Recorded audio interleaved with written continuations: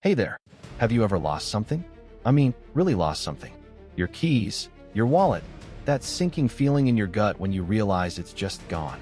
Now, imagine losing an entire room. Not a boring, drywall room, but a chamber literally woven from gold and over 6 tons of the most precious, glowing amber the world has ever seen. A treasure so magnificent, it was dubbed the 8th wonder of the world. And then, it vanished. Twice. Hey, welcome back. I'm Ibnul J. Farabi, and this is Echoes of the Ancients. Today, we're chasing one of history's greatest ghost stories, the Amber Room. Our tale begins not in Russia, where it found its greatest fame, but in the workshop of a Baroque master in Prussia. It was 1701, and King Frederick I of Prussia wanted a statement piece. He commissioned a suite of wall panels, mosaics, and ornaments made entirely of amber, that fossilized tree resin that holds sunlight captive.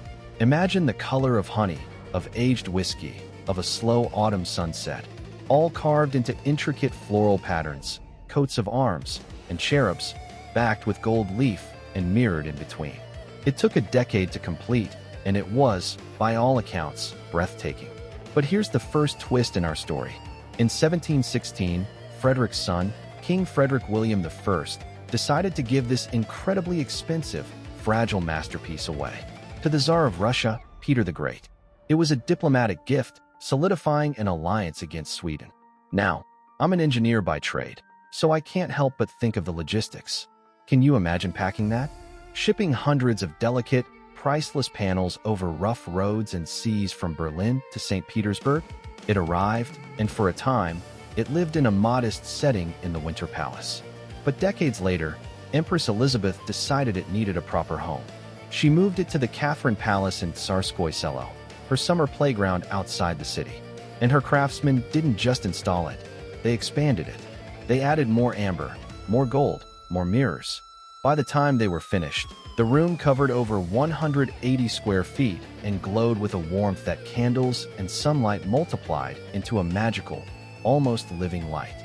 It was the crown jewel of the Romanovs, a symbol of imperial opulence and artistic triumph. For nearly 2 centuries, it sat there, astonishing visitors. Then, the storm clouds gathered. June 1941, Operation Barbarossa. Nazi Germany invaded the Soviet Union in a brutal, sweeping advance. The curators at the Catherine Palace scrambled. They tried to dismantle the Amber Room, but the decades had made the amber brittle, dry. As they worked, the panels began to crumble in their hands. In a desperate move, they tried to hide it by covering the walls with mundane wallpaper. It was a futile gesture. The German army, specifically a unit tasked with plundering cultural treasures, rolled into Tsarskoye Selo. They knew exactly what they were looking for. In 36 hours, they had stripped the room, packed the panels into 27 crates, and shipped them west to Königsberg Castle on the Baltic coast. This was the first theft. The room was looted, a prize of war. In Königsberg, the Nazis reassembled it and put it on display, briefly, as a testament to their conquest. But by 1944, the tide of the war had turned. Allied bombers were raining fire on German cities. Königsberg was a target. The castle was hit, and the order was given: pack the Amber Room away again. Crate it up, move it to safety. This is the last confirmed sighting of the Amber Room in its entirety. In January 1945, the director of the Königsberg Museum reported seeing the panels packed securely in the castle cellar. And then, the fog of war descends. The Red Army stormed Königsberg in April 1945, a brutal house-to-house battle. When the smoke cleared and Soviet officials went looking for their lost treasure, they found nothing. The crates were gone. Königsberg Castle was a burned-out shell, and the Amber Room had vanished for the second and final time. It simply evaporated from history. This is where the mystery truly deepens, and where my mind, as a storyteller and an entrepreneur, starts racing with possibilities. Because an absence this large creates a vacuum, and into that vacuum rush 100 theories. Did the crates burn in the bombardment of the castle? Some witnesses said they saw smoke of a peculiar, sweet scent, the smell of burning amber. It's a haunting possibility that this wonder was reduced to ashes in a single night. But no substantial burnt amber was ever found in the ruins. So, the hunt began. Was it hidden in a secret mine in the Ur Mountains? Sunk in a lagoon?